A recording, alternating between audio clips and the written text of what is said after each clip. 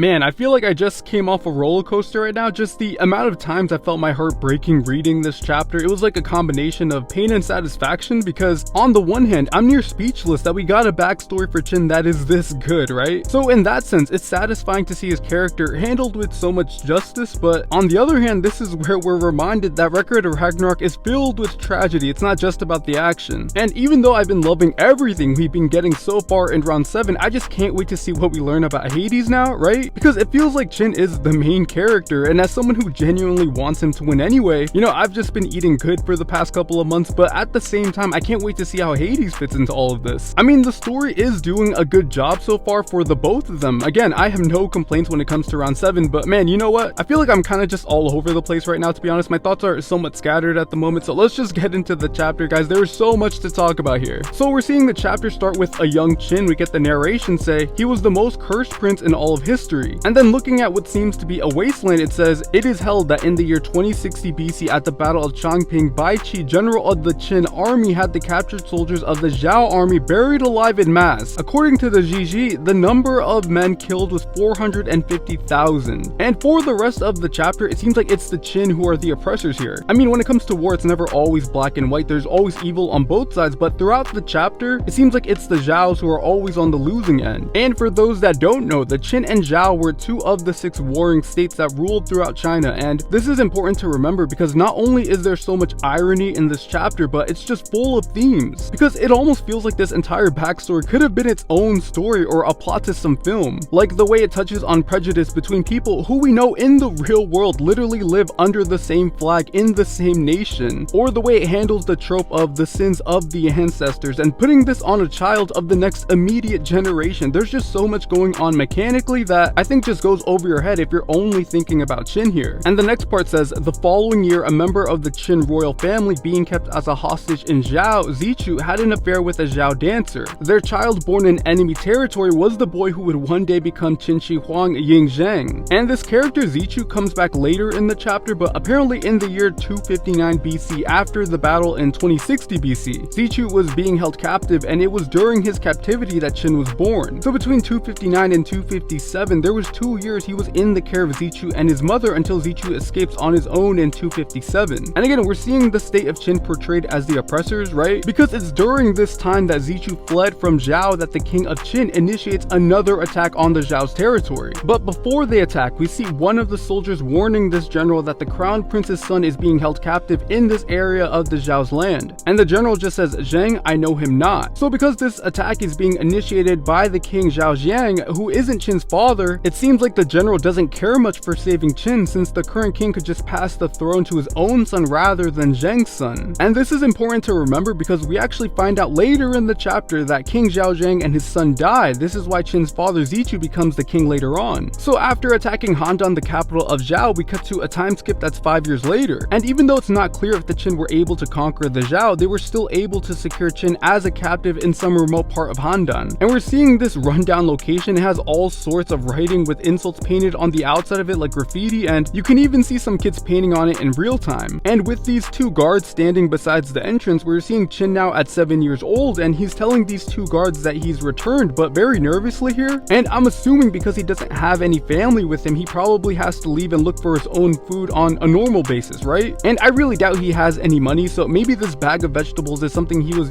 able to find on his own looking in the forest or something, who knows. But these guards are very clearly hating on him, actually wishing they could straight up kill him themselves if they could. And Qin just closes his eyes with his voice trembling. He says, thank you both for always keeping my home safe. And as someone who's been bullied, I gotta be honest, this really hit me like a bag of bricks, right? Because even though we find out later that there's clearly a lot more going on here when they're saying this to him, Qin's response is just actively passive, right? Because he doesn't choose to ignore them, even though he knows they're his bodyguards, so he already knows that they won't touch him. So realistically, he could just walk it off and be left alone, but no, he's actively trying to diffuse their aggression by passively thanking them and forcing the smile. And again, this backstory is just so well written. This personally has to be one of the best chapters I've seen in Record of Ragnarok. So after walking inside the pen, Qin sees this lady he's never met before asking if he's Yingzheng, and nervously he says yes, but she's shocked to see he's just a kid. She says, I'm Chunyan, your new live-in caretaker and bodyguard. And she tries to intimidate him here, but Qin just responds by forcing on a smile again. He bows and says, yes ma'am, it's a pleasure to meet you. And she's just taken back by how polite he is. She tells him to show her where he's living at, and you can see how run down this place is, right? Like cobwebs in the corner, really old furniture, and she's like, man, what a dump this is. And she keeps going with the trash talk, telling him it suits a reject like him from the Jin royal family. But Jin just keeps the act going. He even offers her some water, and she's just like, are you really 7? And Jin says, is there something strange about me? And she tells him straight up that she doesn't like him, that it's weird he's not acting like a normal 7-year-old. And this just breaks my heart. He tries to calm her down by apologizing and putting a fist in the air, but she's just like, are you making fun of me? And then right when she opens the windows, it didn't occur to me that he legit had the windows closed, even though the bodyguards were keeping him safe from the gate outside. And it's just these small details, the way the story's telling us that he naturally lives in solitude, like a turtle not leaving his shell. He keeps the windows shut but doesn't even know how to clean his own home. And what's even worse is he's not even recognizable as a 7-year-old to Chunyan. It's like there's nothing childlike about him besides his innocence. But now forcing him to clean, we see them start this pseudo-familial life together. And then we see them out in the town. Chunyan's taking him to the marketplace where she notices him gaze over at this food stand. She says, sheesh, if you want to have some, just tell me. And this is just one of those moments where she's showing him tough love, like as if she just wants him to say outright what it is he's feeling. And right when the owner of the food stand is asking about her eating 2 servings, he sees Jin behind her and straight up throws him some food on the dirt to eat. And this is showing how deep the whole sins of the ancestors trope is in Jin's life. This man is literally willing to waste perfectly warm food by throwing it on the ground for Jin to eat like he's some sort of beggar. And right when Chunyan's about to punch this loser, Jin gets down and thanks him, dusting the dirt off and eating the food he threw. And I love how after Jin even says it's delicious, the man doesn't even bother to insult him. And I noticed this when Jin was thanking the bodyguards who were bullying him, that it's Jin's humility and selfishness that ends the conflict. Because as someone who feels the pain of others, both physically and emotionally, it's like he's conditioned to know the difference between right and wrong. He's just brainwashed into believing that those who wrong him are justified to do so. But after this, the townspeople start to notice it's Jin. He starts to feel their emotional hate like it's an eyeball just torturing him. And even at 7 years old, he's incredibly durable to endure all of this and still bow to show respect. And then later that night, after they eat, he tries to head off to rest before Chunyan notices this scar on his chest, stopping him and finding out that he has a bunch of these scars all over his body. And then she asks how this happened. Jin just tells her that this is a legitimate condition that he has, where he suffers the pain that he sees visually and experiences it physically. And it turns out that this is a actual condition called mirror touch synesthesia, where if a person who has it sees another person experience some sort of physical sensation, then the person with the condition feels it too. Except for Jin, because he was constantly exposed to this surrounding hate by the people of Zhao, that it actually surpassed human limits to the point that even the hatred they gave him became his own pain. And after explaining this to Chunyan, he tries to assure her that it's nothing and is barely able to walk when he says, this is just a little pain, and if I give them enough time, the wounds will heal. And when she asks why did he hide this from her, he says, it's only right that the Zhao hate me, so the pain is my punishment, but someday they'll forgive me, won't they? So somehow he came to the conclusion that not only is it justified that he experienced this pain, but that someday they'll also forgive him. And I really like that we see Chunyan's reaction to this, especially as someone who initially hated him before she even met him. She just starts to scream at him and tells him that all of this is wrong, that he shouldn't bear the sins of his parents. And after he finally understood that none of it was his fault, that he's not some cursed child, he just breaks down in tears. And man, I can't say it enough, guys, this is just gut-wrenching. Like, I almost thought I had mirror touch synesthesia myself reading this chapter and, you know, seeing Jin break down like this. And it turns out that this is the first time in his entire life that he was able to show his true feelings like this. Even Chunyan tells him the next morning that he must have slept like a baby after that. And this is where we find out that she's the one who gave him the eye band, and after he tries it on, he says, how? Thanks, Chunyan, I'll take good care of it. So a lot going on in this moment. We get the first how, but also the origin to his eye band here that was meant to work as a shield for him. And then we see them grow closer more and more, having more laughs, and it looks like she even trained him too. But after 2 years, the king who I mentioned earlier, King Zhao'S, and his son passed, in turn causing Jin's father Zichu to ascend to the throne. And because it meant Jin was the rightful heir, he was allowed to return to Jin. And on their way there, Chunyan is there with him. Jin tells her that they're gonna have to say goodbye now that he's leaving Zhao. And we can see how Jin's grown a lot. He doesn't hesitate to ask her to come with him to Jin, but being a citizen of Zhao, she ultimately declines the offer. But then out of nowhere, the soldiers who are escorting him are attacked by a group of men. The carriage turns over and the group of men kill all the Jin soldiers. And now face to face with them, Chunyan tells Jin that because he's no longer their hostage, they can kill him without any issue. And holding a sword, Jin takes his hype end off, and in a battle stance he says he's gonna fight them all. But then Chunyan says how I'd expect nothing less from a prince, and then kicking him in the stomach, she decides to not risk his life and fight the group herself. And she's able to put down 2 of the men, but right when she's caught off guard by the other 2, one of them stabs her through the back. But after cracking his neck backwards, the last one of the men cuts her right through the front, causing her to go down. And then right when he's about to kill Jin, she comes up behind him and cracks his neck with her bare hands before falling down on the floor. And literally on her dying breath, she tells Jin her secret, that in the Battle of Changping she actually had lost her own son. And again, this backstory is just masterclass writing. The way everything comes full circle in more ways than one, this is just so good. But it was only after she had lost her son that she decided to take the position as Qin's caretaker, interested to see what the Prince of Qin would be like. And she makes this comparison between herself to the people in the town because, again, she felt justified to hate the Qin royal family for a heavy and personal motive. And then she tells him that if a kid like him who feels the pain of others could become king, then maybe he could change the world for the better like he changed her. And this is where he makes the promise to her that he'll become the greatest king of them all, begging for her not to die here. And we see it now from her perspective. She's seeing her son's face in Qin's before Qin calls her mama, and saying how for the last time she finally passes away in his arms. And now as the prince, Qin then ascended to the throne after Zichu died in 247 BC at the age of 12. And 25 years later, he unified all of China and became, as we know it, the king where it all began. And picking up from where the last chapter ended, Hades is looking at Qin and says, I see, so you feel even the pain of others in unfortunate blight. And taking the same battle stance that we saw Chunyan in earlier, he corrects him and says, it's precisely because I know the pain of others that I am the greatest king. And if you guys have been keeping up with my videos, then you already know that I've said it already that there's currently 2 fights going on. Because there's the actual fight, round 7, but then there's the whole king versus king debate between Hades and Qin, who's more qualified to be king and why.